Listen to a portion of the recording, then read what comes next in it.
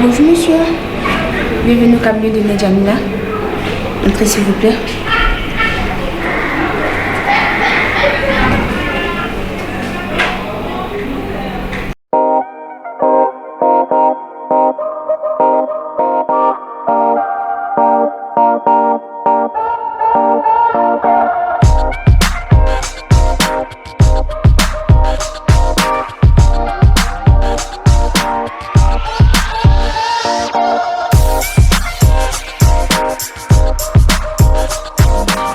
Bienvenue. Merci. Vous allez bien? Je vais bien, merci. Okay. Donc, on va aller au bureau.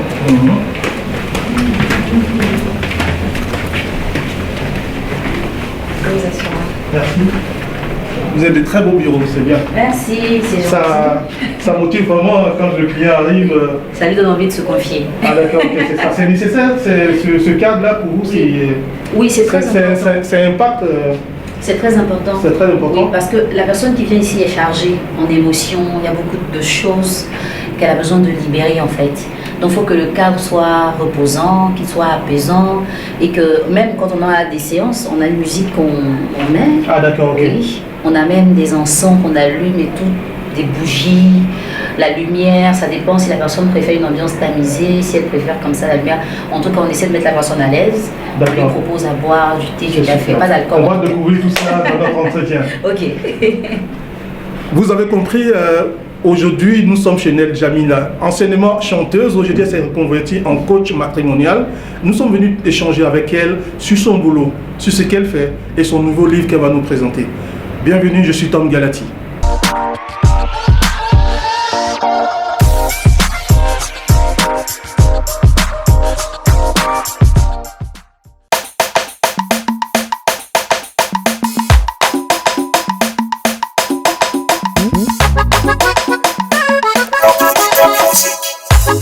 Nedjamila, and way.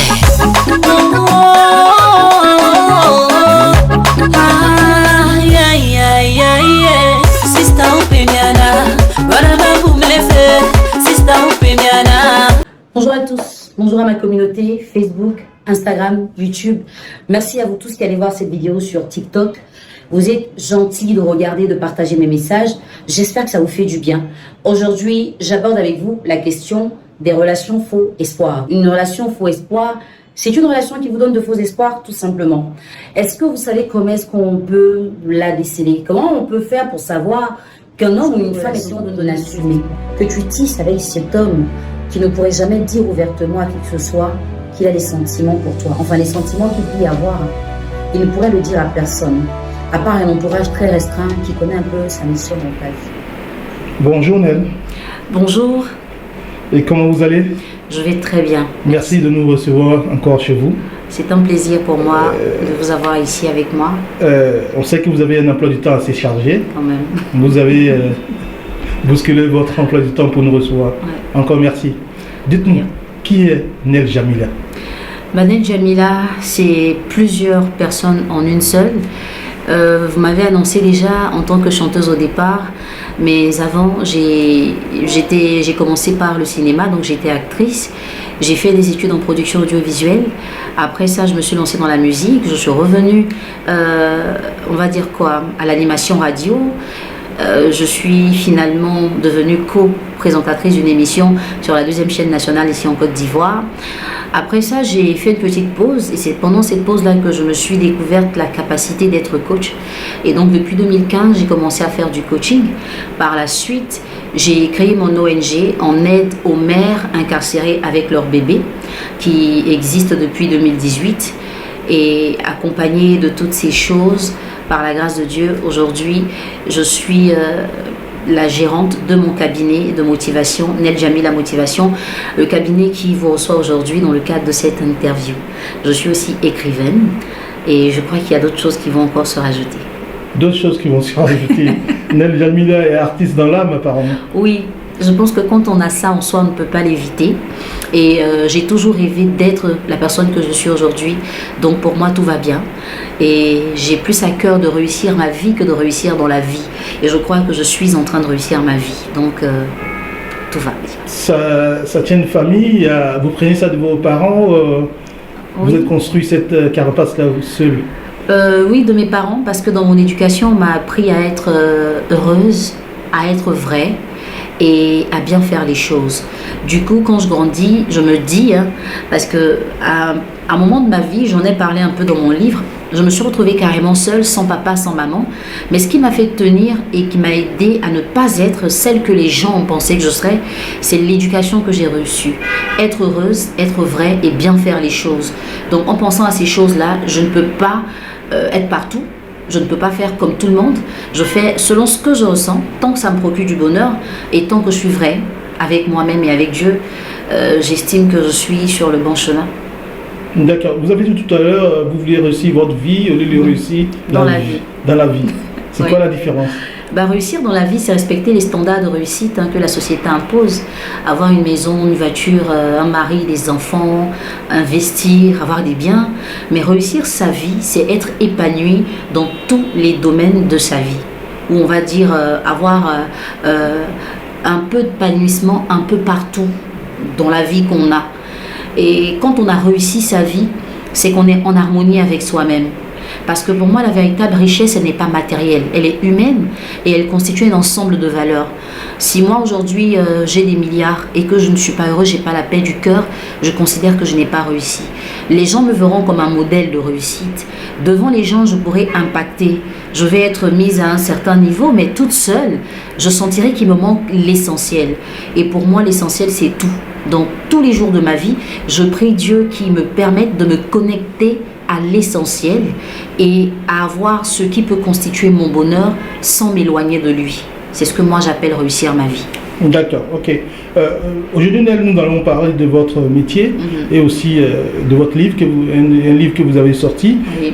Revenons à votre métier, ce sera le premier point de cette entrevue. Oui. Dites-nous, comment se porte aujourd'hui le marché du coaching matrimonial en Côte d'Ivoire? Je pense que ça évolue très bien. J'ai eu la chance de faire partie des premières femmes à s'intéresser au coaching matrimonial. C'est vrai que je pense être la plus jeune de ce que je sais. Je pense être la plus jeune et mes débuts ont été très difficiles parce que les gens ont commencé à dire que je ne méritais pas de faire ce que je faisais. Ils estimaient que je n'avais pas assez d'expérience, que je n'étais pas assez âgée, j'avais pas assez de cheveux blancs pour pouvoir donner des conseils dans le domaine matrimonial. Mais ça a été la force qui m'a permis d'aller d'atteindre ce niveau qui fait qu'aujourd'hui vous venez m'interviewer. Et grâce à Dieu, beaucoup de personnes ont compris que c'est essentiel d'être coaché dans certains domaines et que chaque personne peut avoir son expertise à apporter. Ça n'a rien à voir avec l'âge, ça n'a rien à voir avec le nombre de relations, ça n'a rien à voir avec toutes ces choses. Dieu distingue chacun d'entre nous et je peux être la plus jeune, et ne pas avoir d'expérience, mais dire des choses qui vont aider plus âgés que moi.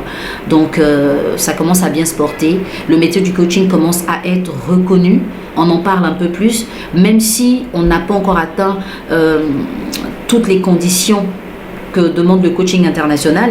En Côte d'Ivoire principalement, les gens commencent à s'habituer et je crois que ça va aller de l'avant. D'accord, parlons de cet aspect-là. Voyons un peu l'aspect culturel de l'environnement dans lequel vous vivez, en Côte d'Ivoire, en Afrique. Généralement, les femmes se confient aux amis, à la mère, tout ça. Mais c'est qui le profil de votre clientèle aujourd'hui? Vous savez que, est-ce qu'on se détache de nos valeurs culturelles ou le coaching, vous pensez, fait partie depuis longtemps des valeurs anciennes culturelles, surtout matrimoniales que nous avons? Je dirais plutôt que le coaching est assez récent. Parce que ce qu'on faisait avant de parler à une mère, à une soeur, une amie, c'était plutôt d'avoir des conseils. Et les gens font l'amalgame, ils confondent le conseil et le coaching. D'accord, ok. Si vous venez me parler d'un problème qui vous concerne, je vous dirais, je pense qu'il faut que tu fasses ça. C'est un conseil. C'est ce que je pense que je partage avec vous. D'accord, ok. Mais quand vous venez me parler d'un problème et que moi je vous emmène à entrer en vous, à trouver les raisons pour lesquelles ce problème est arrivé et à trouver vous-même la solution à votre problème, c'est un coaching. Ok. Parce que le coach, ce n'est pas celui qui doit vous suivre à vie, c'est celui qui vous donne de l'autonomie. une autonomie de décision, d'action, d'intention, de tout ce que vous pouvez avoir comme problème. Et évidemment, selon le thème de coaching, enfin le motif de coaching. Donc, avant, nos mamans nous donnaient des conseils, mais elles ne nous coachaient pas. Aujourd'hui, il y a des coachs. La différence, c'est que le coach ne vous connaît pas. Le coach fait son travail. Le coach vous dit ce que vous devez entendre. Le coach n'est pas en train d'aller dans vos sentiments pour vous soutenir. Non. Une maman pourrait dire à sa fille, bah, tu as raison, ton mari exagère. Mais un coach demanderait à la femme, selon toi, pourquoi ton mari agit comme ça alors que tu te décris comme un modèle de femme. Ça emmène la femme à se remettre en question et à comprendre que là où elle est en train de se plaindre, elle a peut-être elle-même des choses à se faire reprocher auxquelles elle n'a pas pensé et elle s'est mise tout de suite dans la position de victime en estimant qu'une femme, parce qu'étant du même sexe, viendra la soutenir. Et c'est ce que moi je ne fais pas et c'est ce que beaucoup de femmes n'aiment pas. Elles aimeraient bien avoir une femme qui les suive juste parce qu'elle est une femme. Non, moi je ne suis pas comme ça. J'arrive à dire la vérité aux hommes et aux femmes et surtout dans mon coaching, je me dis, vous entretenir ou vous caresser dans le sens du poil, je ne suis plus en train de faire mon travail. Et mon travail me tient beaucoup à cœur. Et c'est mon travail qui m'a mis là où je suis. C'est grâce à mon travail que je suis tout ce que je suis. Je ne vais pas le sacrifier juste pour des likes. D'accord, pas le sacrifier juste pour du like. Ok, bien dit. Parlons toujours de votre métier là. Aujourd'hui, on a observé, nous avons parlé avec plusieurs femmes, surtout celles avec un profil de professionnel qui sont indépendantes. Elle ressort que trouver aujourd'hui un mari à Abidjan n'est pas facile. Ça fait rigoler. Oui, rien n'est facile de toute façon. Rien n'est facile de toute façon. Oui, même les hommes disent trouver une femme à Abidjan, c'est pas facile. Ah ouais, d'accord. Tout est difficile. Donc ça m'amène à vous poser la question de savoir qui vient vous consulter généralement? Les célibataires, les hommes mariés, les femmes mariées? Tout le monde. C'est tout le monde, hein? Tout le monde. Tout le monde, surtout que je suis née en Afrique. Quand on vit dans la même maison qu'un un homme, on l'appelle mon mari. Ouais. Donc il y a des célibataires qui vivent chez leurs parents, il y a des gens qui vivent en concubinage, il y a des gens qui sont légalement mariés, il y a des gens qui sont divorcés, il y en a qui sont sur le point de divorcer, il y a des veuves, il y a des veufs, il y a tout le monde qui vient.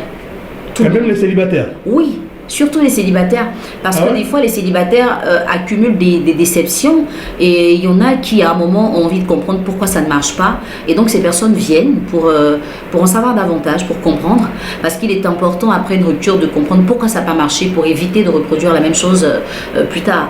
Donc tout le monde vient. En tout cas, à partir de 18 ans, j'ai même reçu une dame ici qui avait 77 ans. Oui, c'est la personne la plus âgée que j'ai reçue en coaching, Et parler à une femme de cet âge et la voir s'effondrer, pleurer et me dire que si elle m'avait connue plus tôt, il y a des erreurs qu'elle n'aurait pas commises, qu'elle n'aurait pas raté sa vie.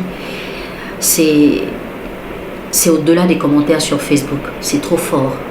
Et c'est un métier qui est tellement intense que je ne saurais le banaliser, parce que je dis que mon baromètre, ce sont les gens qui viennent à mes séances de coaching, ce ne sont pas les gens qui regardent de loin et qui jugent à cause de mon apparence. Et une maman comme ça, je l'ai toujours dans mon esprit et je ne peux pas oublier ce que mes mots ont pu créer en elle. Donc ça me donne le courage et la force de continuer et de me dire que j'ai forcément encore des gens à aider et je ne vais pas m'arrêter. Et parlant de baromètre, comment est-ce que les gens arrivent à vous contacter? Généralement, c'est quoi? C'est pas les réseaux sociaux, oui. C'est le bouche à oreille, ou c'est des personnes qui ont été satisfaites du service que vous avez? Oui. Généralement, comment ça se passe? Au départ, je faisais du coaching et je faisais tout dans la gratuité parce que j'avais besoin de pouvoir tisser ma toile. J'avais besoin d'avoir une référence, d'être une référence aussi pour qu'on puisse me recommander. Et les premières personnes qui ont eu accès à mes coachings ont fait le travail à ma place. Elles ont parlé de moi autour d'elles et elles m'ont ramené des gens. Et avec le temps, en rendant professionnel mon travail sur Internet, à travers toutes mes plateformes internet, les numéros WhatsApp qu'on a, appels et tout, des gens viennent en coaching. Et il y a aussi la satisfaction, parce que des fois quelqu'un m'appelle et me dit « J'ai eu votre contact par le biais d'une amie que vous avez suivie et qui m'a dit que je pouvais venir aussi pour mon problème. » Donc je veux dire que ça vient un peu de partout, mais je crois que l'essentiel c'est vraiment sur Facebook parce que c'est la plateforme sur laquelle je donne le maximum. C'est là-bas que je suis tous les jours et je crois que c'est là-bas que les gens arrivent à me contacter. Est-ce que vous pensez que le coaching est un phénomène de mode? On pourrait le dire. On pourrait le dire que c'est un phénomène de mode. Mais moi, je pourrais pas dire, je dirais pas phénomène de mode, parce que il y a des saisons pour tout. Il fut un temps où on ne trouverait pas des gens en train de faire une vidéo, une interview comme ça, tant que c'était pas un média officiel. Mais quand on évolue, il faut comprendre que nos besoins aussi évoluent. Exactement. Et aujourd'hui, on vit dans un monde qui est rempli de pression, de stress. Et on a eu des erreurs commises par nos parents qui n'ont peut-être pas été réparées jusqu'à ce que nous venons au monde. Donc, quand des gens vont à l'école et qu'ils comprennent qu'un directeur de société peut être inefficace à cause d'une femme qui lui a pris la tête la nuit, on ne cherche pas à le rendre efficace. On cherchera, par contre, à parler à sa femme pour lui dire quel impact elle a sur le travail de son mari. Donc, je crois que selon les réalités auxquelles on est confronté, les besoins qu'on a vont être plus populaires. Je ne peux pas parler de phénomène de mode parce que j'estime que tout le monde ne fait pas de coaching. C'est assez rare, tout le monde ne fait pas de coaching. Il faut faire la part des choses entre des vidéos de motivation, des vidéos conseils et le coaching. Mais je crois que c'est un métier d'avenir parce que moi, depuis 2005 jusqu'à aujourd'hui, je vois un peu l'évolution des choses et je crois que des années encore qui vont nous être permises de voir, on aura cette possibilité-là de rencontrer un peu plus de coachs et ce sera un métier assez vulgarisé de façon concrète. D'accord. Revenons à votre ouvrage, Oui. Ce que je pense des femmes. Oui. Mon premier livre. Ok. Comme je l'ai dit, c'est mon premier livre édité. J'ai écrit mon premier livre quand j'étais en classe de 4e. Et celui-là, je vais l'éditer plus tard. Mais en faisant du coaching, j'ai fait des constats qui m'ont emmené à prioriser ce thème, ce que je pense des femmes. Et c'est un thème qui est très évocateur parce qu'assez souvent, ce sont les hommes qui parlent des femmes. Et quand les femmes parlent d'elles-mêmes, elles s'entretiennent avec des compliments. Et j'ai le constat que chaque fois qu'on a aidé une femme à croire qu'elle était sur le bon chemin, on l'a plutôt enfoncée. C'est pour ça que je dis qu'une femme qui sait ce qu'elle mérite de savoir fait difficilement des erreurs. Et dans ce livre, j'essaie de dire aux femmes ce qu'elles méritent de savoir pour éviter qu'elles fassent ou qu'elles refassent les mêmes erreurs. Qu'elles refassent les mêmes erreurs. Oui. D'accord. Vous allez prendre un chapitre, par exemple, je ne sais pas, c'est vous qui l'avez écrit, que vous avez bien, vous avez toutes les lignes. Oui, j'aime et tout. que vous pouvez nous lire et puis qui sera édifiant. D'accord, je prends le chapitre 1, le D'accord. pouvoir de la femme. Le pouvoir de la femme. Oui. Dans les Saintes Écritures en Genèse, Dieu créa au commencement les cieux et la terre et toutes les choses qu'il renferme. Il créa Adam, mais trouva que son œuvre était inachevée. Il endormit alors, lui prit une cotte et en fit Ève. Dès lors, il trouva la satisfaction en sa création par Ève qui en fut le chef-d'œuvre. Être le couronnement des œuvres de Dieu est, selon moi, la marque de la valeur et de l'importance de la femme. Déjà, cette première partie, ce premier paragraphe devrait changer la mentalité d'une femme qui le lit avec son cœur, avec son âme, et qui ne le lit pas parce que c'est elle qui l'a écrit, parce que Dieu est l'être suprême, on croit tous en lui. Et si Dieu décide que nous, les femmes, nous serons le couronnement de tout ce qu'il a fait, il a tout mis en nous. On n'a plus le droit de douter, d'hésiter, d'avoir peur, et même de rester en arrière. Vous voyez? Et par la suite, je dis que Ève a incité Adam à manger le fruit défendu par Dieu. Cette désobéissance sera à l'origine de tous les maux qu'a connu et vécu le genre humain jusqu'à ce jour. Elle a été occasionnée par l'initiative d'une femme. Ève a réussi à détourner Adam de son engagement à respecter l'ordre divin qui était de ne pas toucher à l'arbre de la connaissance du bien et du mal. Bien qu'il soit le maître de la femme, Adam s'est laissé dompter par Ève qui a exercé sur lui une influence et une domination psychologique. Il faut avoir une certaine emprise pour influencer un homme conscient, mature et responsable. C'est pour dire à toutes ces femmes qu'elles ont le pouvoir de décision de leur vie et même de la vie des hommes. Parce que une femme qui veut quelque chose peut l'obtenir. C'est qu'assez souvent les femmes ne savent pas ce qu'elles veulent. Est-ce qu'elles ignorent ce pouvoir-là? Oui, beaucoup de femmes l'ignorent. Beaucoup de femmes, ça c'est le constat que j'ai fait. Comme je dis, au-delà de tout ce qu'on peut voir dans la vie, de ce que les gens peuvent dire pour paraître intéressant, quand je reçois des gens en coaching et que j'essaie de relever chez une femme une qualité qu'elle a, elle n'y croit pas. Et j'ai un exercice simple que je fais quand je dis à quelqu'un, parle-moi de toi. La personne me parle d'abord de ses défauts, assez rarement de ses qualités. Et même quand je lui dis, cite-moi des qualités que tu as, la personne va rester comme ça à réfléchir. Elle va réfléchir et dire, je vois pas, bon, peut-être que vous pouvez me dire, mais moi, je me dis non. On doit connaître nos qualités et nos défauts. Ce ne sont pas aux gens de nous dire qui nous sommes, mais c'est nous qui devons dire aux gens qui nous sommes pour que les gens sachent comment nous traiter. Et donc, si la femme, elle sait qui elle est et sait qu'elle a du pouvoir, il y a beaucoup de choses qu'elle ne peut pas subir. Quand on parle de violence conjugale, quand on parle, on va dire quoi, d'avortement, on parle de l'autonomisation de la femme, on parle de l'émancipation, de toutes ces choses, moi je me dis à la base qu'on n'a pas forcément besoin de faire toutes ces campagnes si les femmes elles-mêmes savent ce qu'elles sont.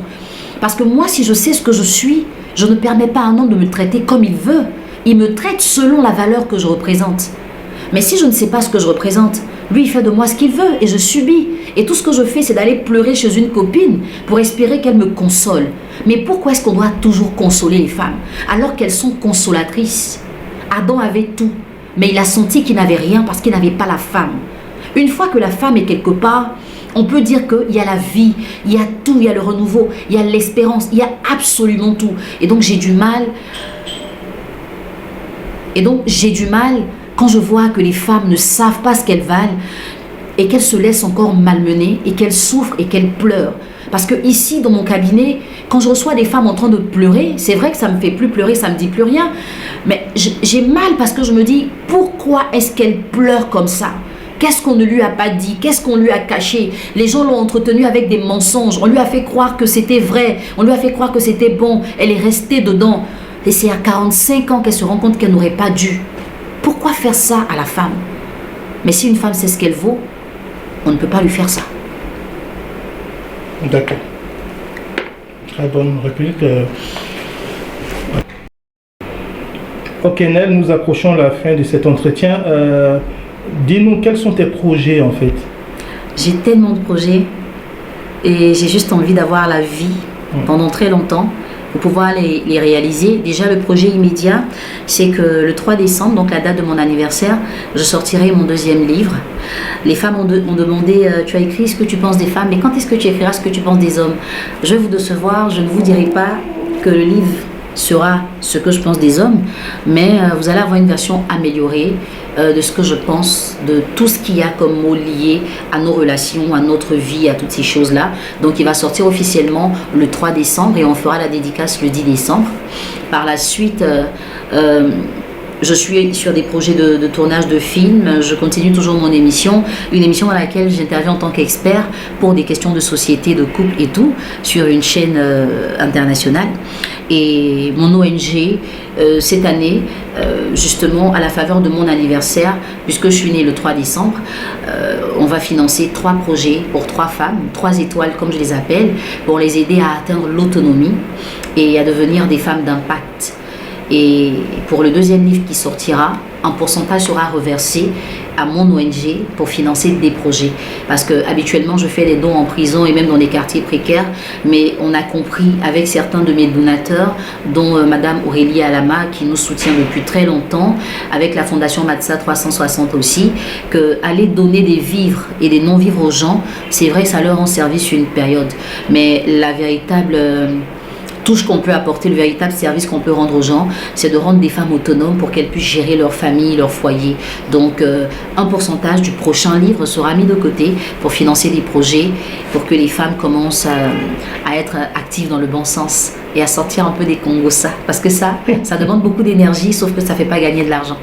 Voilà. D'accord. Ok, Nel, nous approchons la fin de cet entretien. Dis-nous, quels sont tes projets en fait? J'ai tellement de projets.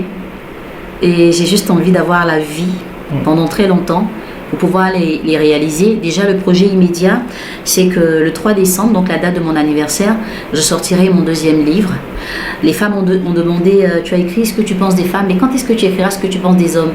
Je vais vous décevoir, je ne vous dirai pas que le livre sera ce que je pense des hommes, mais vous allez avoir une version améliorée de ce que je pense, de tout ce qu'il y a comme mot lié à nos relations, à notre vie, à toutes ces choses-là. Donc il va sortir officiellement le 3 décembre et on fera la dédicace le 10 décembre. Par la suite, je suis sur des projets de tournage de films, je continue toujours mon émission, une émission dans laquelle j'interviens en tant qu'expert pour des questions de société, de couple et tout, sur une chaîne internationale. Et mon ONG, cette année, justement à la faveur de mon anniversaire, puisque je suis née le 3 décembre, on va financer 3 projets pour 3 femmes, 3 étoiles comme je les appelle, pour les aider à atteindre l'autonomie et à devenir des femmes d'impact. Et pour le deuxième livre qui sortira, un pourcentage sera reversé à mon ONG pour financer des projets. Parce que habituellement, je fais des dons en prison et même dans des quartiers précaires, mais on a compris avec certains de mes donateurs, dont Madame Aurélie Alama, qui nous soutient depuis très longtemps, avec la Fondation Matsa 360 aussi, que aller donner des vivres et des non-vivres aux gens, c'est vrai, ça leur rend service sur une période.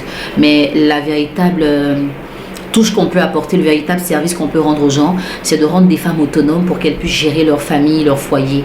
Donc, un pourcentage du prochain livre sera mis de côté pour financer des projets, pour que les femmes commencent à être actives dans le bon sens et à sortir un peu des Congossa. Parce que ça demande beaucoup d'énergie, sauf que ça ne fait pas gagner de l'argent. Voilà. D'accord. Alors ce livre-là, il est vendu en librairie, donc la librairie de France représente ce livre. Vous avez aussi la plateforme de vente en ligne Jumia qui le vend. D'autres librairies vont se joindre à ces 2 plateformes de vente. Il est aussi disponible dans plusieurs pays à travers le monde. Vous avez le Bénin, le Togo, le Mali, le Sénégal, la Guinée, la France, la Belgique, le Cameroun, le Congo, les États-Unis, le Canada. Et pour parler du Canada, je dirais merci à Monsieur Tom Galati qui est venu ici aujourd'hui m'interviewer et vous aider à savoir un peu plus sur moi, Nel Jamila. Je dirais merci aussi à mon représentant Monsieur Herman Liguet parce que grâce à lui, ce livre est vendu au Canada, un pays que j'ai jamais visité, mais je suis déjà là-bas grâce à mon livre. Donc je dis merci à toutes ces personnes qui croient en moi, à ces personnes qui me soutiennent, à ma communauté de plus d'1 million de followers à travers mes réseaux sociaux. Merci aux gens qui, dans l'ombre, me suivent et me boostent à travers des prières ou même des mots gentils. Que Dieu vous le rende. Et tant qu'on a la vie, on peut faire de très belles choses. Donc prions pour rester en vie. Et je souhaite que le deuxième livre connaisse un franc succès comme celui de ce que je pense des femmes. Merci Anne Cornel et bonne continuation. Merci.